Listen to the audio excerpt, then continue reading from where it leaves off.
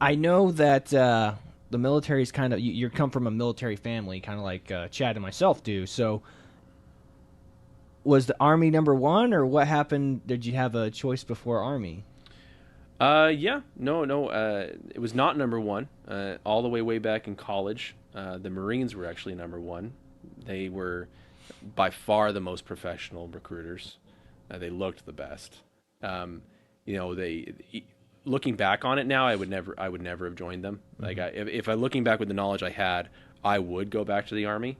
Um, but yeah, the Marines were the first back in college, and because they were the smartest, dressed, they were the most professional. They're great when they when they want you to talk to you, when they want you to talk to them. The first thing they do is like, "Can you do 5 pull-ups? Can you?" And you're like, "Yeah, duh," and you're like, so Playing on the pride, baby.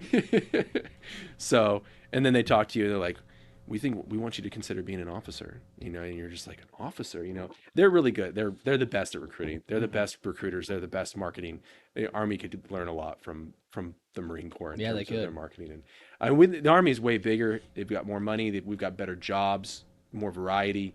It's more central to our national defense, Hmm. but the Marines really know what they're doing. They know their niche in the Marines. Yeah, They yeah, know they their know what they're niche. doing. Hmm. Yeah, yeah. I mean, yeah.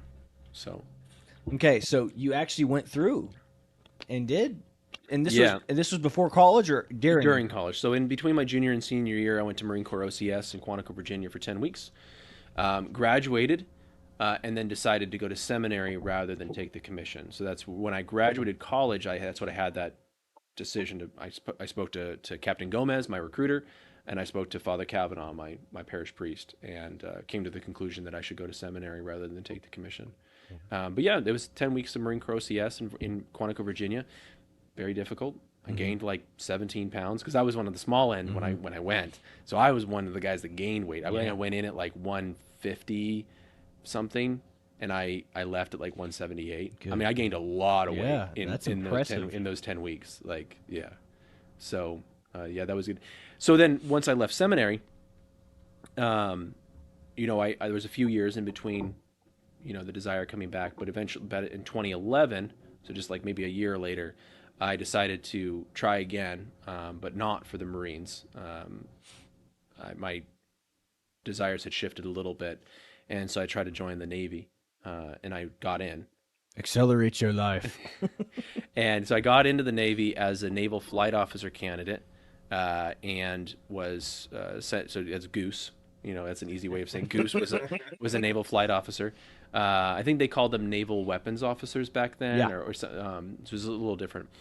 But it was the same role, backseater, right? Or up in the surveillance planes, they'd be in the back with the technology. Hmm. They could be mission commanders, but they can't be plane commanders because they're not pilots. Anyways, and I went to Naval OCS now. That's my second OCS, right? And during my flight physical, the doctor was like, "Hey, I think you have double vision." And I was like, "Sir, with all due respect, like, yeah, 100%. Like, I told y'all this many times before, like at MEPS. I told you I had double vision, right? I asked if it was waiverable or if I needed a waiver, and you guys said as long as I passed my eye exams, I could get in. And I passed. I've never failed an eye exam ever. Um, and they're like, "Well, put your shirt on. You're going home." And so after it was like 13 months of applications and paperwork and all that, and after 3 days, I was told I was going home. Um, and so they take a while to process you out, though, right? So it took like 3 weeks to get out. And during that time, you're part of a labor pool, right, with the misfits and rejects, and even officers who just haven't gotten an assignment yet. They're just sitting around as little ensigns with Hmm. nothing to do. And they made us set up for graduation, which was really painful. They're Yeah, like, I can you're imagine. going home, but we're going to have you set up for the next class's graduation. So that sucked. Thank you, Um, Chief. yeah, so that was not fun. Made us move entire gyms, weights, machines, everything from building to building, and like we're paying you, so um, yeah. So that was that time, and that was 2013, and the desire never left after that. So then I applied 8 more times to 4 different branches before the Oklahoma National Guard. gave me my opportunity. Wow. So it was active duty Army, Coast Guard, Navy, National Guard twice before. I applied for the Oklahoma National Guard 3 times. It was the third time that they finally. The second time I applied for the National Guard, I got my congressman to write a letter on my behalf, and that got it forwarded. Because the congressman wrote, I got a call from a colonel in Oklahoma City asking me a little bit more about my background because they were going to forward it up, and it went to the Surgeon General of the National Guard in Washington D.C., and he rejected me, and I was like, okay, cool, I'm still going to try again. I tried a third time, and shockingly enough, even after the Surgeon General said no, we know we're having a recruiting issue, right? That's not a secret. But even so, I still tried again after the Surgeon General in D.C. said no. I was like, yeah, I'm gonna try one more time, and got that shot. So, yeah, that was 2022. So it was, from 2011 to today has been more or less a constant effort. You just love a kick in the teeth, don't you? Well, I knew I knew all the way back in 2011 that these organizations are large bureaucracies with tremendous numbers of people, and I knew that my double vision was not a 4-level waiver. Like, you used to see in like World War II movies, like 4F. Oh, I'm 4F. You look 1A to me. Yeah. Oh, a 4-level waiver, a 4-level classification is not waiverable. Like, that's illegal to let somebody in if they're 4F. Maybe not illegal, but they don't give waivers for 4 levels. Mine was a 3 level. It was very serious. It was the most serious level of waiver that you could possibly ask for. But it was like that guy from Dumb and Dumber. I don't even remember his name. He's like, but you're saying I have a chance. You're saying I have a chance. And so, I mean, until I was going to age out, I was going to keep applying to my wife's chagrin.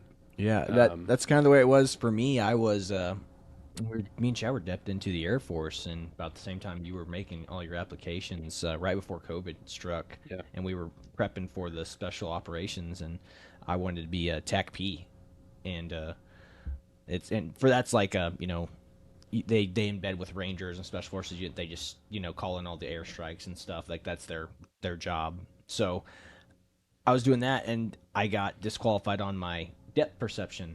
I didn't know what depth perception was up until that point, and they're like, so I went and got glasses, and glasses made it worse, and just kept going back and back, and they're like, yeah, you can't be the one job that you want to do in the Air Force. I was like, crap, man. So I had to they were like, well, you have to try, you can't do this. This is the job that was the easiest among the Special Forces things. Now you have to do PJ standard stuff. And I was like, man. And we just kept getting worse and worse when we were training for that. Like, it just got slower on my run times and stuff. And I was like, man, this sucks. That's a bummer. So, but then COVID hit, and then our eligibility ran out for our debt. Like, you have to go back to MEPS. And I was like, screw that. It's like, I don't want to do that again.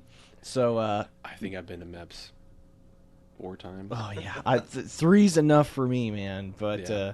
God, yeah, it was awful every time I went. And sometimes I just went back for my eyes, but still, just having to walk through the door and stand in line with all those kids, like, you're just like, this blows. But man. the Oklahoma City MEPS is one of the better ones. 10 times better than the San Diego one. The San Diego one is massive and sprawling and old and inefficient. Yeah. Like, Oklahoma City was like, They run it pretty well. yeah, it was pretty good. Whenever we were there were kids from Kansas and Texas, and they were like, yeah, the recruiters down there won't let us go to the ones there because they say they suck and they can't get people through, so they send us up here to Oklahoma. And I was like, that's amazing. That's a heck of a accomplishment. Like, I don't know I've seen multiple commanders at that MEPS, but they must have like an SOP written out. They go, this is how you need to do it if you want to keep our whatever ranking. It's a lot smaller too, though. I mean, like, I remember Oklahoma City MEPS. I was out at like 9 or 10 o'clock, and with San Diego, I was there till 3 or 4 in the afternoon. Yeah. I mean, it's just the number of personnel that's being processed is a lot different. So. Yeah, for sure.